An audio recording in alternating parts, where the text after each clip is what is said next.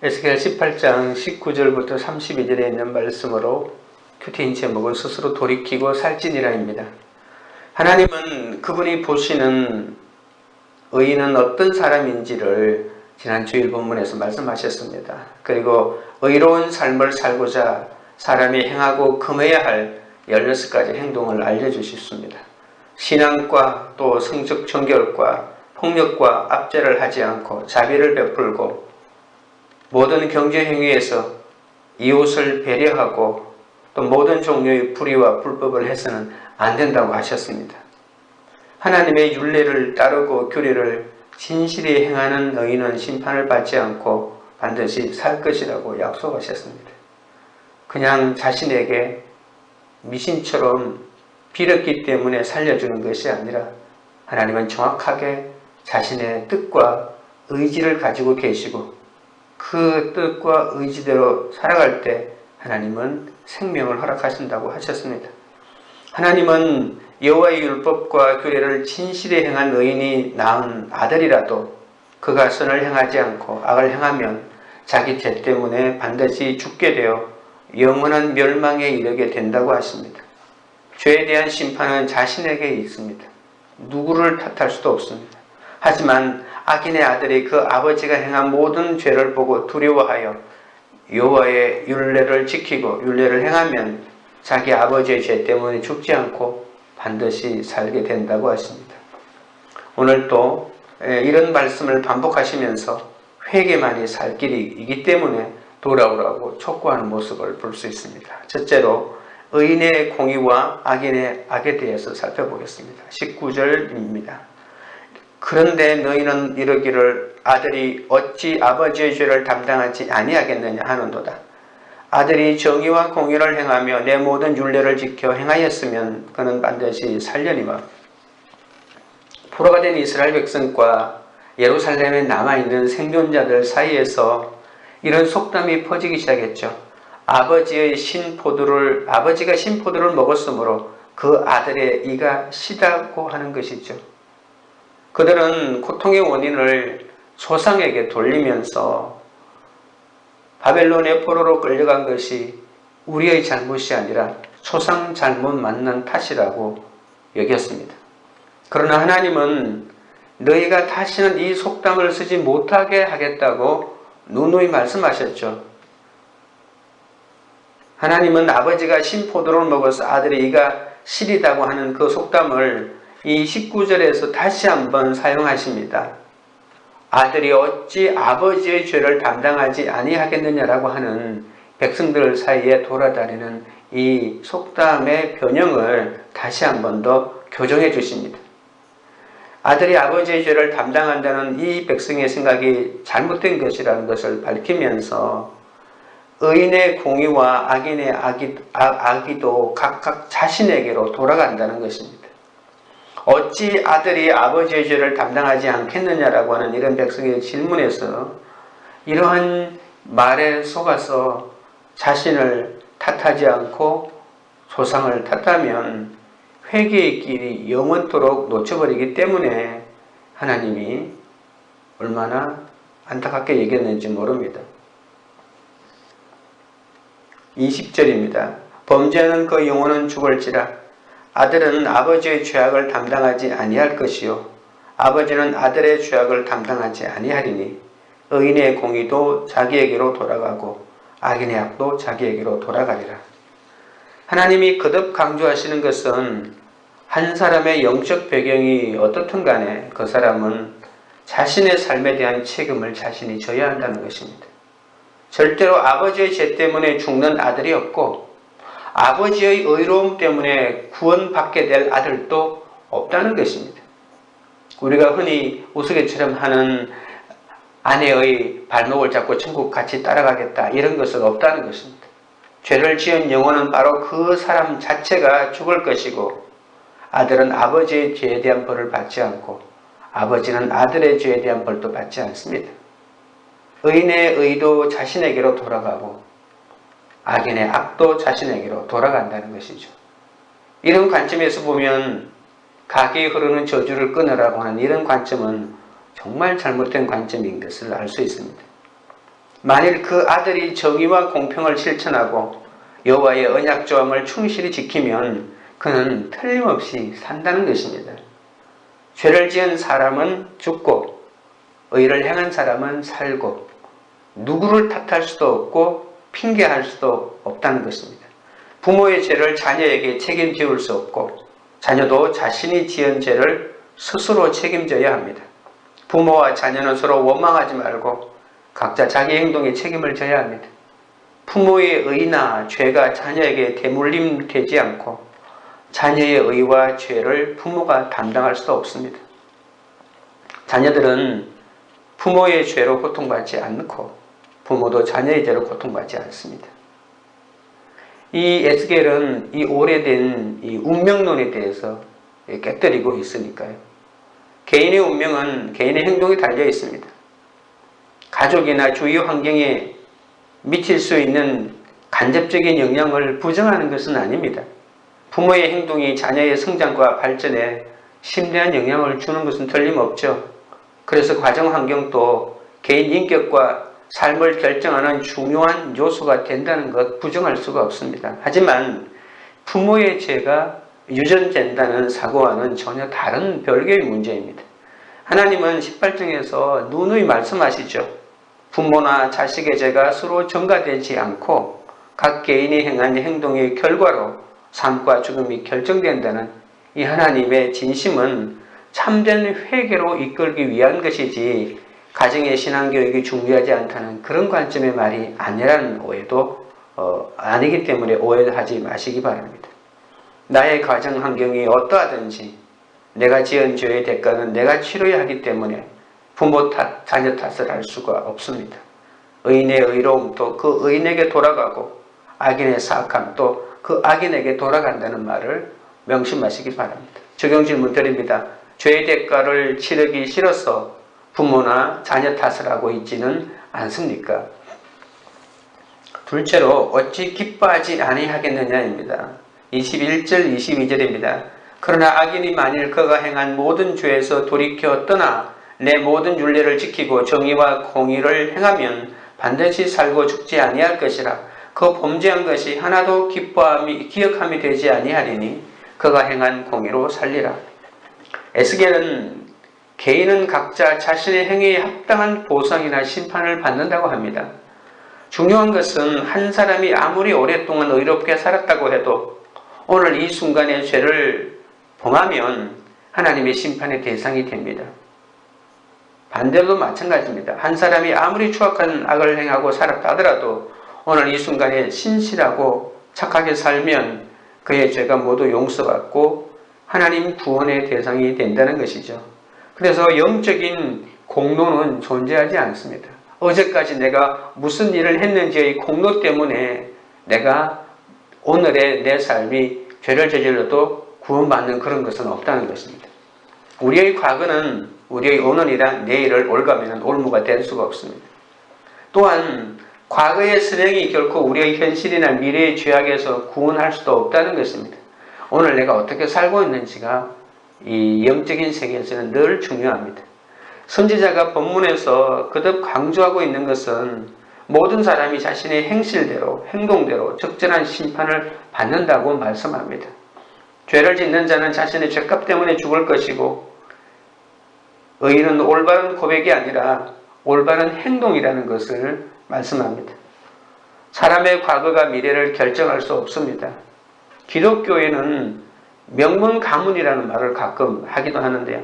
기독교에는 명문 가문 없습니다. 나는 믿음의 몇 대라고 말하는 것 자체가 우스운 얘기입니다. 그런 것은 애초에 없습니다. 한 사람의 미래는 내 부모가 어떤 신앙을 가졌느냐에 결정되는 것이 아닙니다. 오늘 내가 하나님의 말씀 앞에 어떻게 살아가느냐에 달려 있습니다. 23절 24절입니다. 주 여호와의 말씀이니라. 내가 어찌 악인이 죽는 것을 조금인들 기뻐하여 그가 돌이켜 그 길에서 떠나 사는 것을 어찌 기뻐하지 아니하겠느냐. 만일 의인이 돌이켜 그 공의에서 떠나 범죄하고 악인이 행하는 모든 가증한 일대로 행하면 살겠느냐. 그가 행한 공의로운 일은 하나도 기억함이 되지 아니하리니 그가 그 범한 허물과 그 지은 죄로 죽으리라. 각 개인의 운명이 바뀌는 두 가지 경우가 있다고 합니다. 의에서 떠나 죄를 지어 죽는 경우와 악에서 떠나 의를 행하며 사는 경우입니다. 하나님은 우리가 악에서 떠난 의를 행하면 살기를 원하십니다. 악인이라도 자기 죄악을 회개하여 하나님의 율례를 지키고 의를 행하면 그는 살게 된다고 합니다. 하나님은 그의 죄를 기억하지 않으시고 용서하시고 구원하십니다. 반대로 의인이 공의에서 떠나 악을 행하면 그가 행한 의로운 일은 아무 소용이 없어진다는 겁니다. 우리가 행한 과거의 행동이 현재 하나님과 나의 관계에 영향을 주지 않는다는 겁니다. 과거의 나의 행동을 좀 덕보려고 했던 사람에게는 좀 섭섭한 말씀같이 들리지는 모르겠지만 오늘 에스겔을 통해서 하나님이 분명하게 말씀해 주는 것은 오늘 내가 하나님 앞에 어떤 존재인가를 늘 묵상하고 생각하라는 것이죠. 하나님은 악인이 죽는 것을 기뻐하지 않는다고 말씀하시죠. 결코 자기 백성의 죽음을 기뻐하시는 분이 아니라고 거듭 말씀하십니다. 그러면서 하나님의 간곡한 부탁은 회개하여 살아남으라는 것입니다. 하나님은 죄를 용서하면 그 죄는 더 기억하지 않으시는 분 아니십니까? 이것이 이스라엘의 소망이요 우리의 소망입니다. 우리는 내 죄를 잊지 말아야겠지만 하나님은 기억하지 않으십니다. 하나님은 우리에게 생명을 주시기 원하십니다. 절대로 죽음을 주시는 분이 아니십니다. 그렇기 때문에 에스겔 37장에 말라빠진 마른 뼈 같은 이스라엘도 회생할 수 있다고 하는 소망의 말씀을 주시지 않습니까? 회개하는 자에게는 하나님의 용서가 주어집니다. 악인이 죄를 돌이키고 의인이 의를 떠난 경우에 예를 들면서 만약에 그런 경우가 발생한다면 이 변화된 상황에 합당한 결과를 얻게 될 것이라고 말합니다. 돌이키는 것이 내 삶을 결정합니다. 우리는 하나님에게서 세상으로 돌이키지 말고 세상에서 하나님께로 다시 돌이켜야 합니다.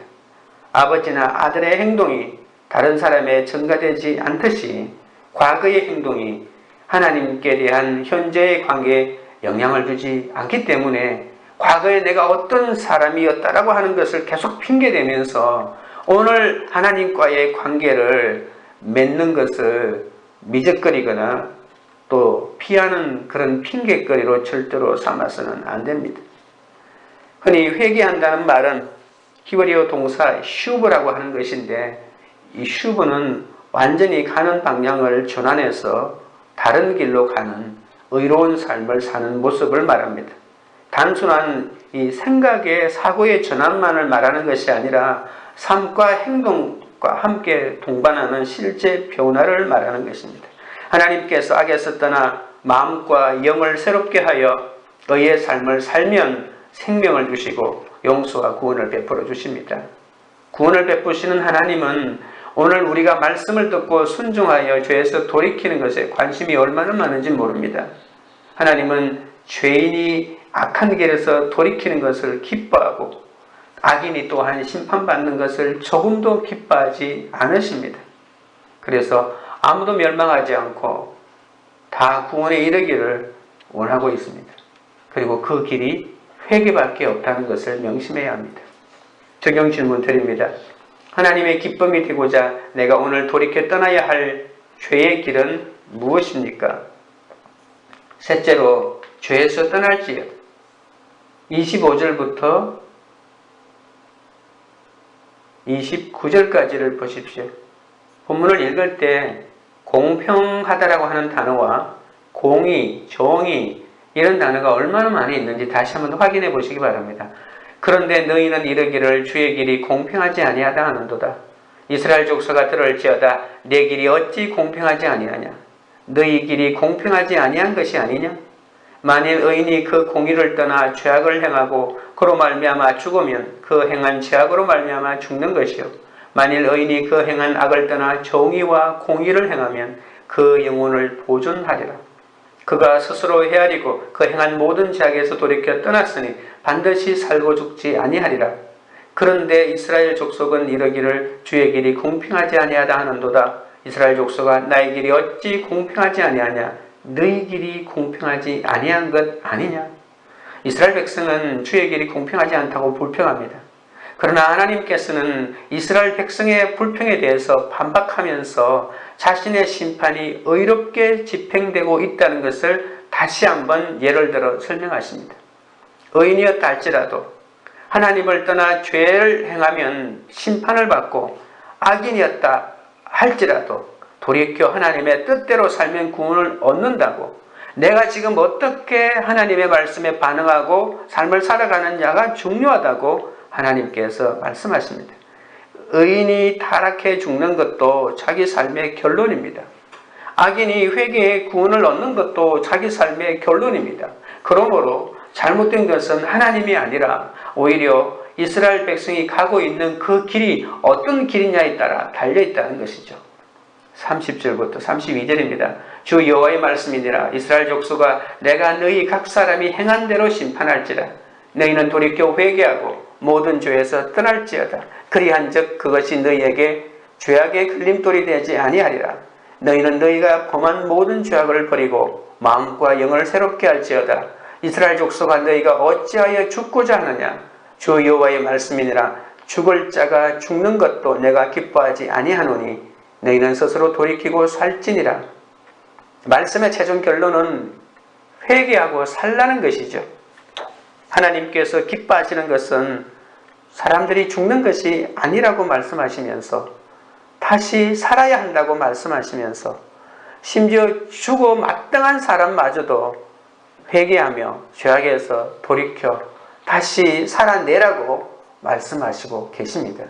그러므로 에스겔의 선포를 듣는 이스라엘 백성은 돌이켜 사는 길을 택해야 합니다. 모든 악을 버리고 마음과 영을 새롭게 해야 합니다. 그러면 과거의 삶이 더 이상 걸림돌이 되지 않는다는 것이죠. 새로운 삶을 허락하시는 하나님의 용서와 구원을 경험할 수 있습니다. 많은 사람이 예수 믿고 새로운 삶을 살려고 하면 자신은 안 된다고 말합니다. 자신은 지금 죄를 계속 짓고 있기 때문에 내가 죄를 모두 끊으면 몰라도 지금은 안 된다고 합니다. 죄를 어떻게 자신의 힘으로 끊을 수 있나요? 성령의 능력으로 죄를 끊어낼 수가 있는 것이죠. 이렇게 각 개인의 행위대로 심판하시는 하나님의 공의는 돌이키는 자에게는 무한한 용서와 그리고 회복을 말씀하고 있다는 것입니다. 이스라엘은 한 공동체로서 벌써 그 종말을 선고받은 공동체 아닙니까? 돌이키지 않는다면 회복의 길은 영원할 것입니다. 아무리 조상들의 죄값과 상관없는 후손이라고 해도 지금 이스라엘은 축적된 조상의 죄값을 후손들이 치르고 있습니다. 지금 포로로 잡혀온 사람들에게 그런 말을 하니까 이 말이 잘 안 먹혀 들어가는 거죠. 이스라엘은 바벨론에 의해 나라가 망하고 많은 사람이 바벨론으로 끌려가 포로로 지금 직접 살고 있지 않습니까? 그러나 공동체의 한 일원으로서 개인은 자신이 속한 공동체에 다가오는 심판을 멈추게 할 수는 없다고 할지라도 자신의 운명에는 영향을 끼칠 수가 있습니다. 가나안 정복 취재를 기억해 보십시오. 라합이라고 하는 사람이 있었습니다. 가나안이라고 하는 자기 고국의 멸망을 자기가 막아내지는 못했지만 자신이 할 수 있는 한도 내에서 회개하고 자신이 여호와의 신앙을 택했기 때문에 그와 그의 가족이 구원을 받지 않았습니까? 기브온 사람들을 생각해 보십시오. 가나안의 7 족속은 다 멸망을 당했지만 이 기브온 족속의 사람들은 자신들의 지혜로운 선택에 의해서 생명을 부지하고 그리고 여호와의 성전에 봉사하는 직을 부여받지 않았습니까? 지금 에스겔이 강조하고자 하는 것은 바로 이것입니다. 우리는 나라의 운명을 내가 막아낼 수는 없습니다. 그러나 내 구원은 막아낼 수가 있다는 것입니다. 지금 바벨론의 포로로 끌려오고 나라의 멸망을, 유다의 멸망을 막아내지는 못했지만 그러나 이 포로의 상황에서도 하나님의 말씀의 뜻대로 돌이키면 하나님이 그에게 새로운 길을 제시해 준다는 것이죠. 그래서 에스겔은 예언을 통해서 남은 자들에 대해서 계속 언급하고 있는 것입니다. 남은 자에게 희망이 있다는 것입니다. 나라가 망했으니 모든 이스라엘 민족은 다 끝장난 것이 아니고 남아있는 자가 새로운 희망이라는 것입니다. 오히려 하나님의 심판은 이스라엘을 새롭게 회복하는 기회고, 이 남은 자가 철저한 여호와의 신앙을 회복함으로써 다시 하나님께서 이스라엘을 새롭게 하겠다고 비전을 주시고 있지 않습니까? 하나님의 뜻은 많은 사람이 회개하여 살아남기를 원하십니다. 그 살아남은 자들을 통하여 하나님이 새로운 이스라엘을 만들어갈 것입니다. 각 개인에게 적용되는 하나님의 심판과 용서는 부모와의 관계뿐 아니라 과거 삶의 관계에도 묶여 있음을 말하잖아요. 과거의 관계에도 중요하지 않고, 그리고 부모와의 관계에도 중요하지 않고, 내가 지금 내 앞에서 선포되는 말씀에 어떤 반응을 하는가에 따라서 내 삶이 결정되고 내 미래가 결정된다는 것입니다. 내 부모가 누구인지 나는 모른다. 네 과거가 어떻는지 나는 모른다. 나는 지금 내 앞에 있는 네가 내 말씀 앞에 어떻게 반응하는지가 중요하다고. 부모 핑계대지 마십시오. 더 이상 나의 과거를 핑계대지도 마십시오. 악을 버리고 돌이킨다는 것은 언약을 회복하는 일입니다. 하나님과 백성의 관계를 회복하는 것입니다. 예수 그리스도의 십자가와 내가 어떤 관계가 있는지를 회복하는 겁니다. 하나님께서 죽을 자의 죽음도 기뻐하지 않고 그들까지도 돌이켜 다시 사는 것을 기뻐하신다는 이 소리가 얼마나 복음의 소리로 지금 울려 퍼지고 있습니까? 하나님께서는 진정 누구도 멸망하지 않고 모두 회개하여 구원에 이르기를 원하신다는 이 말씀이 진실임을 우리가 믿어야 합니다. 죄악으로 심판이 불가피한 상황이지만 하나님은 그들에게 모든 죄악을 버리고 마음과 영을 새롭게 하라고 명하십니다. 하나님이 이런 명령을 하시는 이유는 죽을 자가 죽는 것을 절대 기뻐하지 않는 하나님의 사랑의 속성 때문입니다. 오늘 내가 회개하고 돌이켜 살기를 바라시는 이 하나님의 마음을 받아들여야 합니다. 죄는 하나님을 진노하게 합니다. 왜 하나님이 진노합니까? 우리가 죄 때문에 받는 고통이 너무 크기 때문에 그렇습니다. 자신의 마음에 안 든다고 하나님이 진노하는 것이 아니라 죄를 짓는 우리가 얼마나 많은 고통을 당할지 하나님이 아시기 때문에 그렇습니다.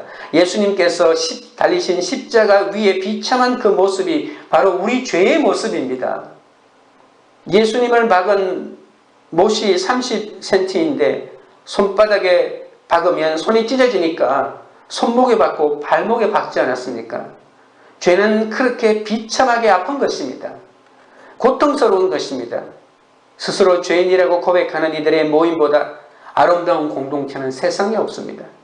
오늘 하루도 내 힘으로, 내 능력으로, 내 꾀로 이 세상에서 흑사와 간사함을 경영해왔던 나 자신이 하나님 자리에 앉아 우상 노릇을 해온 죄인 중에 괴수임을 깨닫는 그 큰 은혜가 임하시기를 주님의 이름으로 축원합니다.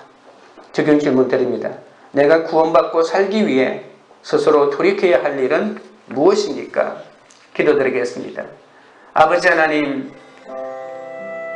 내 죄에 대한 대가를 치르기 싫어서 다른 사람을 탓하는 완악한 마음으로 악인의 길로 걷고 있는 저를 불쌍히 여겨 주시옵소서. 내 환경과 내 삶의 결론임을 인정하지 못하고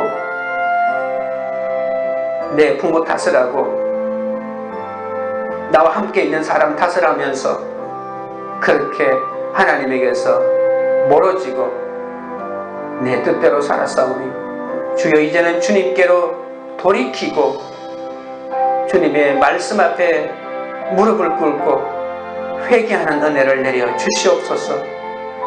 그 죄악에서 돌이켜 회개함으로 생명의 길에 서고 의인의 길에 서기를 원하옵나이다. 하나님을 기쁘시게 하는 인생을 살기 원하오니 날마다 말씀으로 내 죄를 보고 십자가를 길로 놓고 가는 주경을 통해서 거룩한 길로 나아가게 하여 주시옵소서. 하나님의 말씀을 듣고 마음과 영을 새롭게 하기를 원합니다. 그래서 다시 살아나기를 원합니다. 주여 불쌍히 여겨 주옵소서. 날마다 말씀으로 들려주시는 하나님의 음성을 듣고 깊은 죄의 뿌리를 내 마음 밭에서 캐내어 버리고 주님께 돌이키게 하옵소서. 광교 우리들 교회가 가족과 주위 사람을 탓하며 잘못에 대한 책임을 전가하기보다 자신의 죄를 먼저 인정하는 공동체가 되게 하옵소서. 죄악에 빠져 잘못을 저지르고 계신 부모님이 있다 하더라도 비난하기보다 그 죄를 보고 두려워하여 말씀에 순종하는 선을 행하도록 인도하여 주시옵소서. 우리는 하나님께 속했음을 날마다 깨달아 우리를 의의 무기로 죽게 드리는, 그래서 사람을 살리는 공동체가 되게 하여 주시옵소서. 예수님의 이름으로 기도드립니다. 아멘.